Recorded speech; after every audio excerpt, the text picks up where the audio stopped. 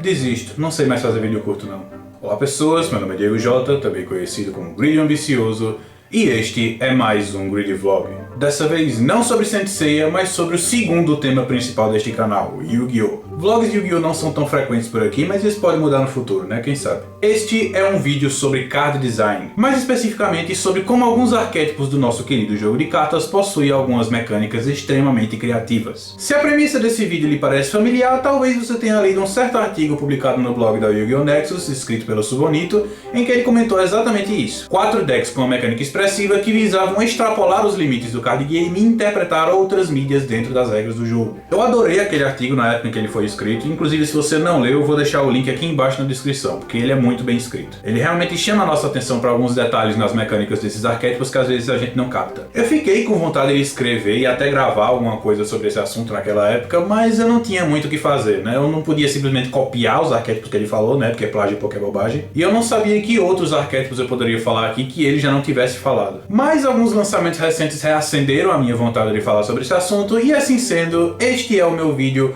com 3 arquétipos com mecânicas interessantes. Inicialmente eu queria falar sobre 5 arquétipos, mas eu tive que diminuir para 3 porque o roteiro estava ficando enorme no meio da escrita, então enfim. Isso provavelmente significa que uma parte 2 desse vídeo pode aparecer aqui no futuro. E a lista começa com um arquétipo que deve levantar algumas sobrancelhas inicialmente. É um arquétipo de uma das nossas histórias favoritas dentro deste jogo, o Dual Terminal. Vamos ser sinceros, né? Quem não gosta do Dual Terminal? Mas apesar de todo mundo gostar desse negócio, eu imagino que alguns de vocês possam estar estranhando. Afinal de contas, os arquétipos do Dual Terminal não têm um propósito artístico na criação deles, como Ghost Trick e Super Quantum, por exemplo. Mas ainda assim, um desses arquétipos sempre me chamou a atenção pela forma como seu estilo de jogo se encaixa perfeitamente com suas ações e seu papel na história. Eu estou falando dos Gustos, o arquétipo de vento da segunda geração do Dual Terminal. E eu sei que eu devia estar pronunciando Gasto, mas eu já estou acostumado a pronunciar Gusto, então me perdoe por isso. Se você estiver familiarizado com a história do Dual Terminal, você sabe que os Gustos são uma tribo pacífica que vive no Vale da Névoa e procura não se envolver nas batalhas tribais entre os Lavals e os Geminites, apesar de estarem sob ataque constante dos Gishk. Isso até que os Steel Swarms atacaram e as 4 tribos se viram obrigadas a unir forças com os Vylons para deter a invasão demoníaca. Os Gustos são um povo que vive em sintonia com a natureza, e isso é brilhantemente exposto através de seus monstros. Nós temos os monstros humanos, que possuem a habilidade psíquica de se comunicar com os animais que vivem no Vale da Névoa, e quando eles entram em sintonia, eles se tornam monstros síncro, cujos níveis são sempre a soma do nível do humano com o nível do animal representado em sua arte.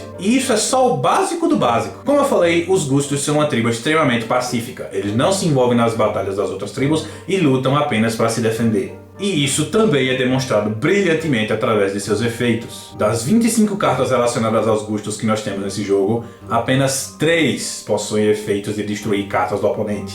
Daigusto Eagles, que é o boss do arquétipo, Daigusto Guros, que é outro monstro síncro, então é outro boss, e a magia Contact with Gusto. Vale a pena mencionar aqui, com exceção de Daigusto Guros, que contém Windar, Sage of Gusto, junto com o Gusto Eagle na arte dele, todas essas cartas de destruição possuem a Winda em sua arte. Aparentemente essa menina é mais agressiva do que as outras pessoas na tribo dela. Será que isso conta como foreshadowing do fato de que ela vai se transformar em El Shadow Winda? Ok, talvez eu esteja exagerando aqui, mas é um fato de que o parceiro da Winda, Guldo, é menos agressivo do que ela, já que a sua pena possui o efeito não de destruir um monstro do oponente, mas de devolvê-lo para a mão. Ou seja, ao invés de matar o inimigo, eles os expulsam de suas terras. A principal estratégia que os jogadores de Gusto comumente usam, ou usavam no caso, né, porque eu acho que não tem ninguém jogando de Gusto hoje em dia, é uma estratégia de stall flutuante, mais ou menos parecida com a que os Yangzinhos conseguem fazer hoje em dia. Você usava o efeito de virada do Kamui para invocar um Guldo do seu deck. E quando o Guldo foi enviado para o cemitério, você pode invocar um Eagle do seu deck. E quando o Eagle é destruído em batalha e enviado ao cemitério, você pode invocar a Winda do seu deck. E quando a Winda é destruída por um ataque do oponente, você pode invocar outro Guldo do seu deck. E por aí vai. Dá pra ver que é uma estratégia bem passiva, né? O negócio é se defender, se defender e se defender. O negócio é se defender, se defender e se defender para acumular monstros Gusto no seu cemitério que você vai devolver pro deck como custo para ativar os efeitos das suas outras cartas. E com eles de volta no deck, você pode repetir o loop defensivo. Mais uma vez, isso combina muito bem com o povo que não é agressivo. Mas essa não é a cereja do bolo. Lembra que, para deter os Steel Swarms, as tribos do Dual Terminal tiveram que unir forças com os Vylons? Cada uma das tribos recebeu o poder de um regulador Vylon,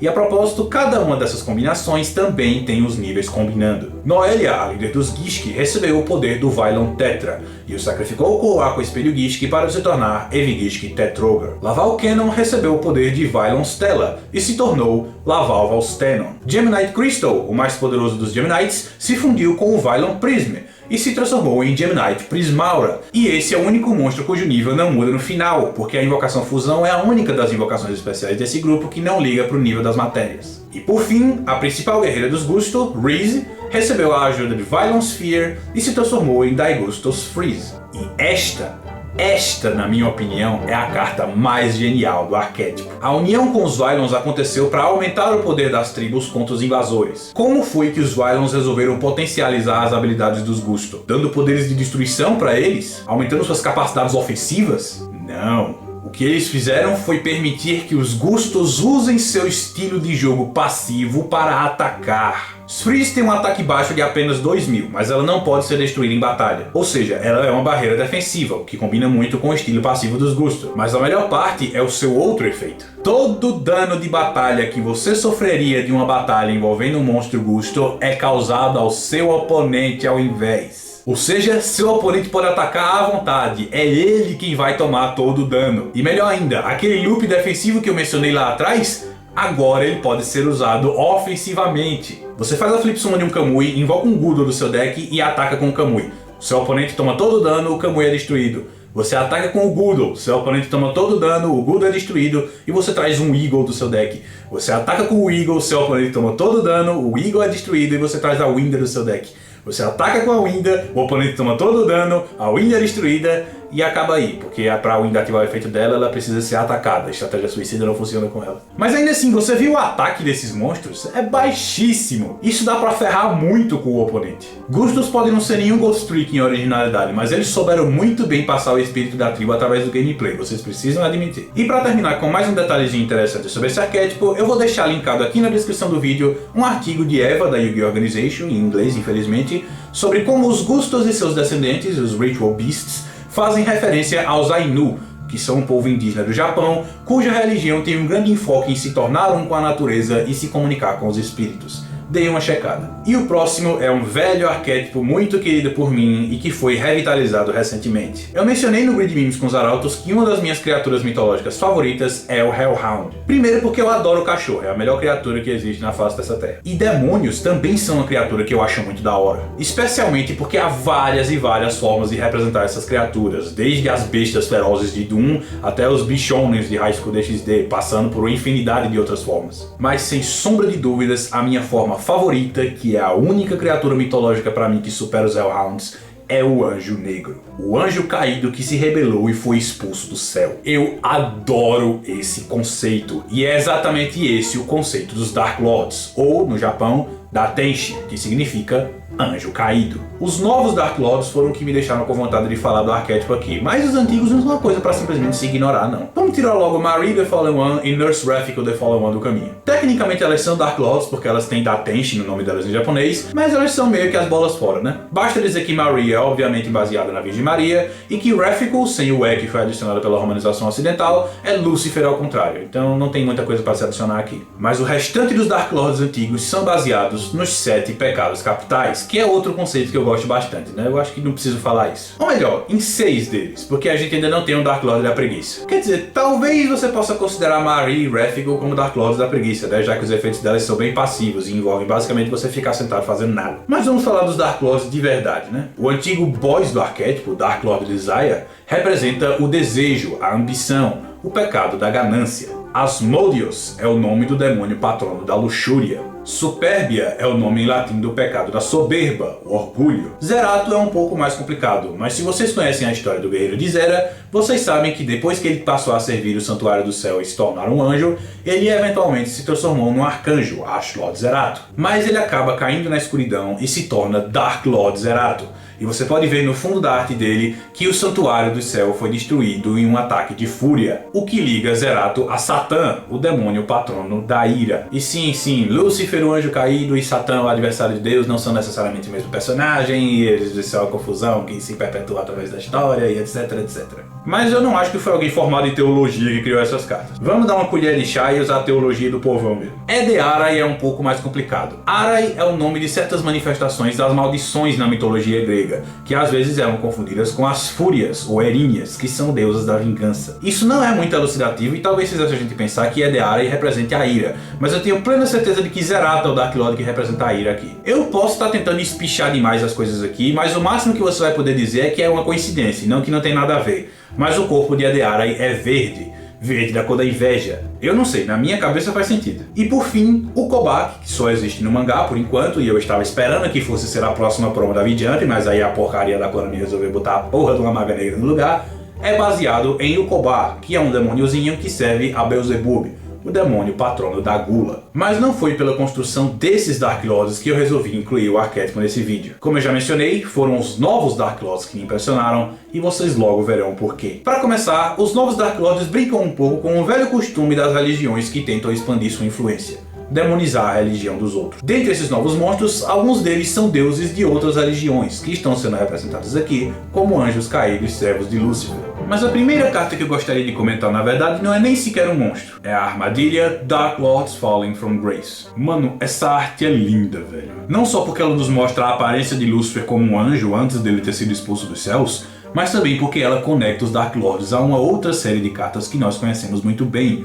Porque o Deus que aparece nessa arte expulsando os anjos caídos é o mesmo Deus que aparece nas artes da série Solemn. A série Solemn, caso você não saiba, é na verdade a série de Deus no OCG. Solemn Judgment no OCG se chama Kami no Senkoku, Declaração de Deus. Solemn Warning se chama Kami no Keikoku, Advertência de Deus. Solemn Authority se chama Kami no Iko, Autoridade de Deus, e por aí vai. Então essa carta nos confirma de cara que o Deus da série Solemn é mesmo o Deus do cristianismo, e ele inclusive baniu Lúcifer e os anjos caídos do céu. Brilhante, velho. O primeiro monstro que eu gostaria de mencionar é a Dark Lord Ishtar. Ishtar, caso você não saiba, é uma deusa maia, e você pode ver na arte dela que ela tem lá seus enfeitezinhos de ouro. E a propósito, a arte dela é linda. Não só porque como a única mulher do grupo ela certamente seria desenhada como uma mulher atraente, mas porque a arte dela mostra exatamente aquilo que eu mais adoro no conceito dos anjos caídos: a representação da pureza que foi manchada. As roupas e as asas de Ishtar são predominantemente negras,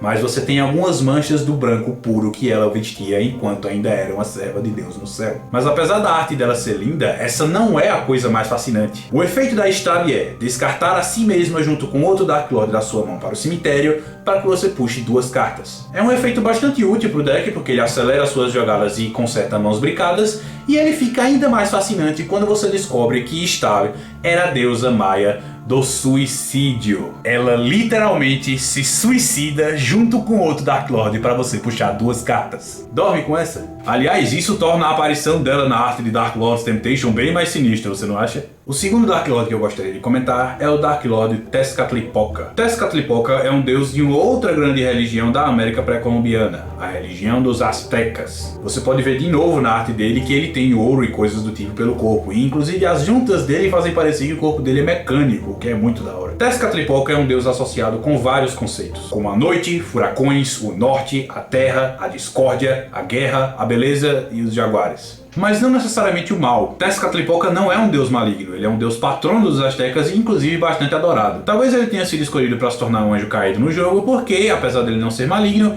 ele é o rival do principal deus azteca, Quetzalcoatl. E a propósito, Quetzalcoatl também já apareceu na franquia Yu-Gi-Oh! Como o dragão vermelho do Yu-Gi-Oh! 5Ds. Mas o que eu acho mais da hora no Tezcatlipoca é a arte dele mesmo. Não só Tezcatlipoca é associado com a cor preta, que é a cor predominante na arte dos Dark Lords, como também a representação dele na carta é bastante fiel à representação dos aztecas. Para começar, ele tem um cocar na cabeça, se veste principalmente com preto e dourado, e o ponto que eu acho mais da hora, tem essas faixas no rosto. Ele tem uma na testa e uma cobrindo a boca que dá a ela a aparência de uma caveira, o que provavelmente é uma referência a representações como essa máscara que está no Museu Britânico, que representa Tezcatlipoca e é claramente uma caveira. Os próximos Dark Lords não são figuras de outras religiões. Dark Lord Mastema é baseado em uma figura da mitologia judaica. Ele é um anjo que executa punições aos homens sob o comando de Deus e tem o dever de criar provas e testes para os humanos. O livro dos Jubileus, que é um livro apócrifo das escrituras judaico-cristãs, associa Mastema com o posto de Satã. Não o Satã tradicional, o inimigo final de Deus, que é quem deve aparecer na sua mente quando você escuta esse nome, mas o Satã clássico, o servo de Deus que tem o trabalho de lhe servir de oposição, como o que aconteceu no livro de Jó, em que Satã age como promotor acusando Jó e testando a fé dele,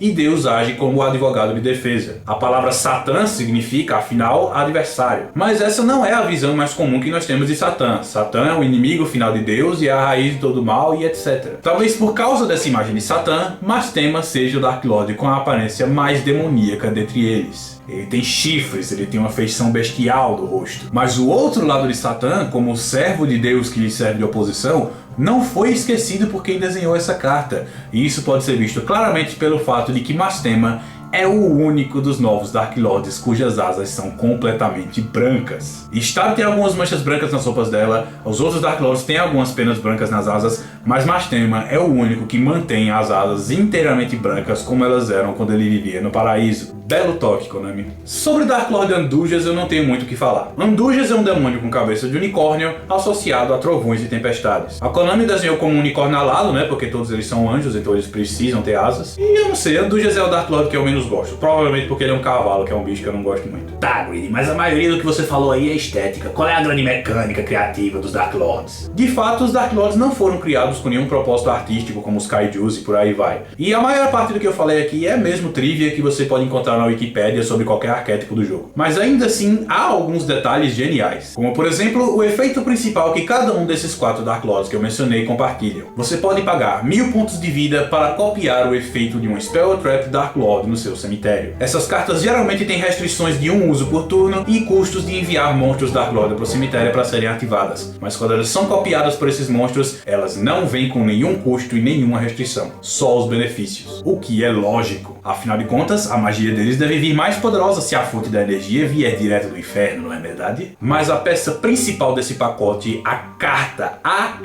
que me fez querer comentar sobre esse arquétipo em vídeo, é o novo boss do arquétipo, Dark Lord Lucifer. Eu acho que não dá pra eu exprimir completamente o quanto eu amo essa carta, mas vamos tentar. Primeiro, deixa eu falar logo da arte. Eu acho que eles tentaram juntar o máximo de coisas que eu acho esteticamente agradável numa arte só. A pele pálida como mármore, o olhar frio de lado, o cabelo branco e comprido para um homem, as asas de morcego na cabeça, 3 pares de asas negras nas costas, a armadura toda em preto e em roxo, escudo num braço e espada na outra. Mano do céu, se tentassem melhorar, estragavam. Eu pensava que nenhuma arte ia bater o Supreme BOS pra mim, mas essa que leva o bolo facinho. Segundo ponto, ele é de nível 11. Por que 11? 11 é um nível tão esquisito, né? A gente só tem 10 monstros de nível 11 no jogo, e só 2 Exis de classe 11. Por que não fazê-lo logo um nível 12? Porque o objetivo dele era exatamente esse. Lucifer é o mais poderoso dos anjos, ele é quase onipotente. Mas ele não é onipotente. Deus é o nível 12, o nível que Lucifer tentou alcançar, mas não conseguiu. Mas o que é verdadeiramente genial nessa carta é o efeito dela. Para começo de conversa, Lucifer não pode ser invocado por invocação especial. Você precisa fazer a invocação tributo dele, o que é lógico. Você pode invocar os outros demônios com alguma magia ou algo do tipo, mas para você invocar o demônio, vai ter que oferecer sacrifício. E não é só isso. O próximo efeito dele é, quando ele é invocado por invocação tributo, você invoca um Dark Lord da sua mão ou deck para cada monstro de efeito que o seu oponente tem no campo. Ou seja, ele literalmente olha para os inimigos e faz... e invoca uma legião de demônio para lutar por ele. Enquanto você controla outro Dark Lord, Lucifer não pode ser alvejado por efeitos do oponente. O que é lógico, os anjos caídos vão proteger o líder deles. Mas o melhor de tudo, o mais genial de tudo, é o último efeito dele, porque ele é literalmente a representação da rebelião de Lucifer no céu. Uma vez por turno você pode enviar uma carta do topo do seu deck para o cemitério para cada Dark Lord no campo. E então, para cada carta Dark Lord que for enviada para o cemitério por esse efeito, você ganha 500 pontos de vida. Isso é, literalmente, Lucifer, depois de já ter conseguido alguns aliados, virando para o resto dos anjos e dizendo: irmãos, nós somos muitos, nós somos fortes, unam-se à nossa causa. Ou seja, quando você manda as cartas pro cemitério, isso é o chamado de Lúcifer. E então, para cada anjo que ele convence, literalmente, para cada anjo que cai no cemitério, o exército de Lúcifer fica mais forte, porque você ganha pontos de vida que você pode pagar para copiar as cartas do cemitério. Genial! Eu fiquei muito triste vendo que essa carta não é usada competitivamente, velho. Eu adoro tudo sobre essa carta. E sem piadinhas de novo sobre eu adorar o demônio. Todo o simbolismo dela é ouro puro. Mas o terceiro arquétipo desse vídeo é um que eu não podia deixar de fora de forma alguma. E não é a bateria acabando que vai me impedir. Eu não entendo porquê, mas nenhuma página, grupo, fórum ou canal que eu sigo mencionou a referência desses carinhas. Ou se fez eu não percebi. E eu admito que eu não costumo procurar muito por esse tipo de coisa, mas eu procuro o suficiente para já ter percebido caso tivesse aparecido. Nem a Wiki menciona nada sobre isso. E eu estou falando, obviamente, da minha nova paixão temática nesse jogo. Os Subterrors. O arquétipo Subterror é claramente baseado no jogo Shadow of the Colossus. As referências são tão gritantes que me incomoda o fato de não ter visto ninguém comentando sobre elas. Caso você não conheça esse jogo, em primeiro lugar eu tenho muita pena de você, porque esse jogo é o máximo. Apesar de eu nunca ter jogado pessoalmente. Eu quero jogar esse jogo. Mas deixando a minha choradeira de lado, do que se trata esse jogo? Eu vou fazer alguns comentários sobre a premissa e a trama, mas não se preocupe que eu não vou dar nenhum spoiler muito grande não. Até porque o estilo narrativo desse jogo não deixa muita coisa pra ser spoilada. Nesse jogo, você controla um jovem garoto chamado Wander, que entra junto com sua égua Agro em um local conhecido como as Terras Proibidas. Wander traz consigo o corpo morto de uma garota chamada Mono, e seu objetivo é trazê-la de volta à vida. Para fazer isso, Wander se dirige a um enorme templo situado no centro das Terras Proibidas, chamado de Santuário da Adoração, para fazer um acordo com Dormin, uma entidade que foi selada nas Terras Proibidas e que, segundo dizem, possui poderes sobre a vida e a morte. Dormin diz a Wander que ele não tem como ressuscitar a garota, mas oferece a ele um acordo. Se Wander conseguir matar os 16 colossos que existem nas Terras Proibidas, seu desejo será realizado e Mono voltará a viver. Matar esses gigantes é completamente impossível para uma pessoa comum, mas Wander tem em sua posse a Espada Anciã, a única arma capaz de matar os colossos. Sem nenhuma outra escolha, Wander parte determinado junto a Agro para vagar pelas Terras Proibidas e matar os gigantes na esperança de reviver Mono. Essa é toda a história que lhe é apresentada nos primeiros 10 minutos do jogo e ela não fica muito mais profunda do que isso. Não sabemos quem é Wander, quem é Mono, nem qual é a relação desses dois ou o porquê dele estar tentando ressuscitar ela. Não sabemos exatamente quem é Dormin, o que ele fez para ter ficado preso nas Terras Proibidas, nem quais exatamente são os motivos de ele estar ajudando Wander. Não sabemos o que são os Colossos, quem os criou, nem como eles são sequer capazes de existir. Tudo isso é deixado para o jogador interpretar. E apesar disso, ou talvez até por causa disso, esse jogo é absolutamente imersivo e imensamente épico. Muito bem, onde é que isso nos deixa com relação aos Subterrors? Primeiramente, a história do arquétipo é um pouco diferente da do jogo. Não temos garotas mortas para ressuscitar e nem deuses antigos com moralidade duvidosa. Pelo menos por enquanto, né? Porque a gente só tem uma peça do suporte deles por aqui. Ainda faltam mais 3, né? E a cada 7 eu espero que a história deles vá sendo ampliada mais um pouco. Mas o que nós sabemos por enquanto é que a história se passa nas terras de Shambhala, que é uma terra mística citada em algumas religiões orientais. Shambhala é a terra representada pela Field Spell do arquétipo, The Hidden City, que é onde nós podemos ver a primeira referência concreta ao jogo. Não só nós estamos novamente numa região oculta, onde se supõe que não deveria entrar ninguém, mas além disso, a construção ao centro da arte da Field Spell é claramente inspirada no Santuário da Adoração que fica ao centro das Terras Proibidas. The Hidden City tem o efeito de adicionar um monstro Subterror do seu deck à sua mão quando ela é ativada. Isso é porque a cidade está atraindo o ataque dos Behemoths, criaturas gigantes feitas de pedra que são claramente inspiradas nos Colossos. Os Subterror Behemoths são monstros flip que podem ser colocados com a face para baixo uma vez por turno e podem ser invocados da sua mão quando o último monstro que você tem em campo virado para cima vira para baixo. Isso também é uma referência ao jogo. Em Shadow of the Colossus você só enfrenta um gigante por vez, porque eles estão espalhados pelo mapa. A espada mágica pode redirecionar a luz do sol e criar um raio de luz que aponta para o local onde o colosso está confinado. Você segue essa luz, encontra o colosso e quando derrotar, a luz vai apontar para o próximo colosso e você segue para enfrentar aquele. Em Yu-Gi-Oh! De forma semelhante, cada Behemoth só aparece quando não tem nenhum outro ativo em campo. Eles poderiam ter colocado uma restrição estilo Kaiju, né? Você só pode controlar um por vez, mas eu acho acho que eles resolveram fazer desse jeito para não diminuir tanto assim o potencial competitivo do deck. E perceba que eu disse ativo. A própria Konami usa termos semelhantes para se referir aos Behemoths. Eles estão despertos quando virados para cima e adormecidos quando virados para baixo. E adivinha? Isso também é uma referência a Shadow of the Colossus. Apesar de alguns colossos já estarem vagando pela área em que eles estão confinados antes mesmo que o Wander chegue, boa parte deles se encontra num estado adormecido ou selado, seja meramente descansando na sua arena, seja preso atrás de uma parede ou até mesmo enterrado debaixo das areias do deserto. Ou seja, a mecânica Flip funciona muito bem para mostrar essa propriedade dos gigantes. E também tem um outro detalhezinho. O fato deles serem monstros Flip significa que o momento mais impactante deles no campo é o momento em que eles são virados para cima, ou seja, o momento em que o gigante desperta. E no jogo, as cenas em que os colossos aparecem costumam ter um grande impacto, serem muito bem feitas e muito épicas.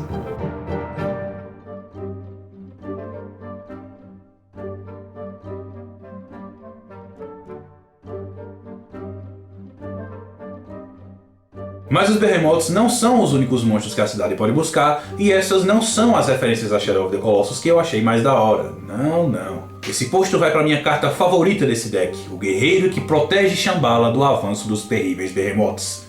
Subterror Nemesis Warrior. É desnecessário enfatizar o fato de que o Nemesis é baseado no Wander, um guerreiro jovem portando uma espada mágica com o dever de derrotar os gigantes de sua história. Não pode ficar mais óbvio do que isso. E ele é a minha carta favorita não só porque ele é gatão, não, porque sim, essa provavelmente também entra pra minha lista de artes favoritas. O fato é que o efeito esquisito do Nemesis ilustra perfeitamente o papel dele e do Wander em suas respectivas histórias. O primeiro efeito do Nemesis é, durante o turno de qualquer duelista, você pode enviar um monstro Subterror do seu deck para o cemitério, e então você sacrifica o Nemesis e outro monstro que você controla, cuja soma dos níveis seja igual ou maior ao nível do monstro que você enviou para o cemitério, e então você pode invocar aquele monstro. É um efeito bem bizarro, né? Pra que você precisa mandar o monstro pro cemitério? Não seria melhor e com bem menos riscos a gente simplesmente invocá-lo direto do deck, ao estilo Lone Fire Blossom? E a resposta é, certamente. Do jeito que tá, esse deck fica muito vulnerável a coisas como Diddy Crow ou Fiend Grieving, que podem remover o Subterror do cemitério antes que ele possa ser invocado, e até mesmo coisas como Macrocosmos ou Fissura Dimensional, que podem impedir que o Nemesis sequer possa ativar o efeito dele. Na minha opinião, isso é uma fraqueza intencional da mecânica. Eu creio, né? Por enquanto nem tanto, mas eu creio que no futuro, quando novos Behemoths aparecerem, eles vão ter efeitos tão apelões que é necessário que se inclua esse tipo de fraqueza no deck para que ele não fique muito overpower. Mas é lógico que não é o aspecto competitivo ou não do efeito que me fascinou. O que é que está acontecendo nesse efeito? Pensa comigo, Nemesis está aqui para derrotar os Behemoths, mas apesar disso a gente usa ele e os gigantes no mesmo deck, e ele inclusive tem o poder de trazer mais gigantes do deck.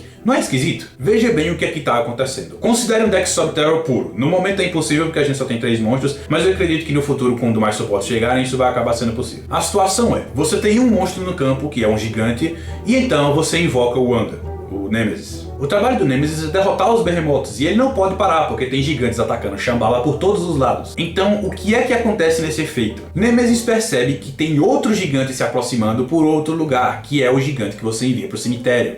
Como ele percebe isso? Não sei, talvez a espada dele também tenha GPS, como a do Wander. E então você precisa sacrificar o Nemesis e aquele gigante para trazer o outro do cemitério. Ou seja, Nemesis derrota esse Behemoth que está aqui no campo e parte para enfrentar o próximo. E então é como se a câmera mudasse do campo de batalha e agora a câmera está focada no gigante novo, que agora está no campo. E como o Nemesis viu ele lá de longe, agora é ele quem está no cemitério. E como é que eu sei que o Nemesis está a caminho de vir derrotar esse gigante novo aqui? Porque o segundo efeito dele nos mostra isso. Quando o monstro Subterror Behemoth é virado para cima enquanto o Nemesis está no cemitério, você pode invocá-lo de volta para o campo. Lembre-se, o cemitério agora é a outra arena onde o Nemesis estava lutando. Como a câmera mudou, agora a gente está focado no campo, que era o cemitério anteriormente. E agora que um novo gigante apareceu, Nemesis está aqui para enfrentá-lo novamente. Ah, velho, isso é muito genial.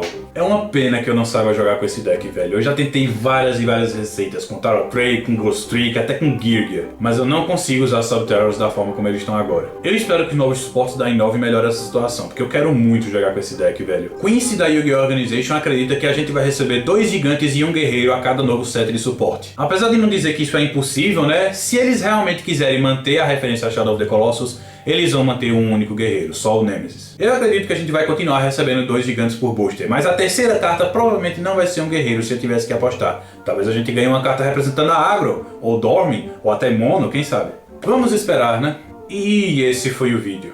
Cara, vocês não fazem ideia do trabalho que foi escrever esse roteiro. E aliás, eu acho que eu não faço ideia do trabalho que eu levei para editar isso daqui. Era pra esse vídeo ter saído na semana passada, mas problemas. A minha vida tá bem bagunçada e eu acho que eu não vou conseguir manter a consistência dos uploads como eu bem entendo. Mas nunca foi assim na história desse canal, né? Então não é como se tivesse mudado alguma coisa. Por causa dessa bagunça no meu cronograma, eu provavelmente não vou gravar um Grid Responde semana que vem. Vai ser adiado para mais uma semana. Porque a próxima semana é a última semana do mês, então eu quero trazer pra vocês a análise do filme de Durval, né? Então, Fandoro Sensei, espere mais um pouquinho aí que já tem coisa nova pra vocês. Se vocês gostaram desse vídeo e quiserem ver mais vídeos desse estilo, não deixe de comentar a sua opinião aqui embaixo. E se você quiser me ajudar, mostre esse vídeo pros seus amigos e compartilhe nas redes sociais pra ajudar o canal a crescer. Enfim, esse foi o vídeo. Muito obrigado por ter assistido e tá indo.